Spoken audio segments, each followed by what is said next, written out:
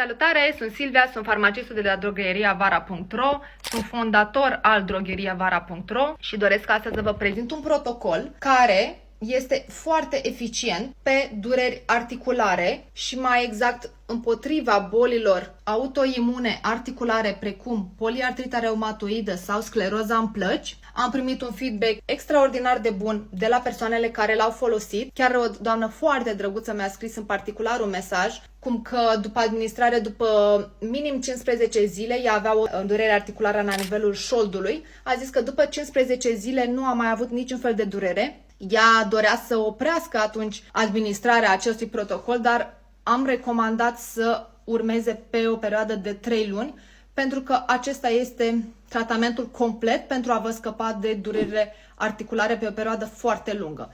Acest protocol se recomandă a fi administrat o dată pe an pentru minim 3 luni. Așadar, ca un prim supliment este acesta, cartilaj UC2 complex. Este un supliment ce conține colagen de tip 2. V-am și explicat în alte videoclipuri de ale mele că doar colagenul de tip 2 este împotriva durerilor articulare pentru tratarea acestora și pentru scăderea inflamației. Nu alt tip de colagen, nu colagen de tip 1, nu colagen de tip 2. Pe lângă colagenul de tip 2, această formulă mai conține și condroitină și glucozamină, acid hialuronic și vitamina C, care este indispensabilă într-o formulă cu colagen pentru sinteza colagenului intern și pentru a lăsa colagenul de tip 2 să se absoarbă mult mai bine la nivelul organismului. Cum se administrează? Se administrează o capsulă seara înainte de culcare, pentru că s-a dovedit că orice doză de mic antiinflamator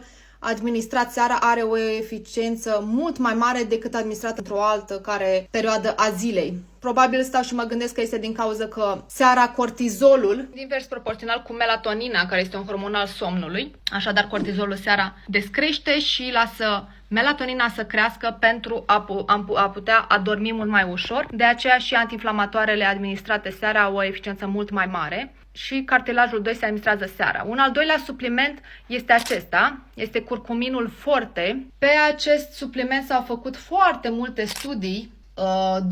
Dacă veți intra pe drogheriavara.ro, la finalul fiecărui supliment veți găsi și sursele acestor studii. Un studiu randomizat din 2012 pe un grup care a administrat 2 ori 40 de mg de diclofenac de sodiu și pe un grup care a administrat 2 ori 500 de mg de biocurcumin. La finalul tratamentului s-a observat că grupul care a administrat 2 ori 500 de mg de biocurcumin a obținut o ameliorare mult mai mare a durerilor articulare decât cu grupul care a administrat diclofenacul sodic. Și știm foarte bine că administrarea de antiinflamatoare nesteroidiene sau steroidiene care se găsesc la nivelul în farmacii sunt eficiente doar pe loc și pe o perioadă foarte scurtă. Nu pot fi administrate pe o perioadă foarte lungă pentru că au foarte multe efecte adverse, precum scăderea sistemului imunitar, creșterea tensiunii arteriale, probleme la nivelul florei intestinale, o perturbă 100%.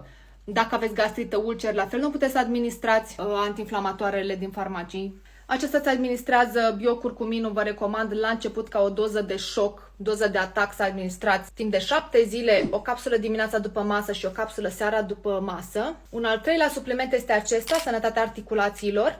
Este un complex de plante care la fel ajută la scăderea inflamației din organism și la nivel articular. Toate 3 vă recomand să le folosiți pe perioadă de minim 3 luni. Toate le veți găsi pe drogheriavara.ro.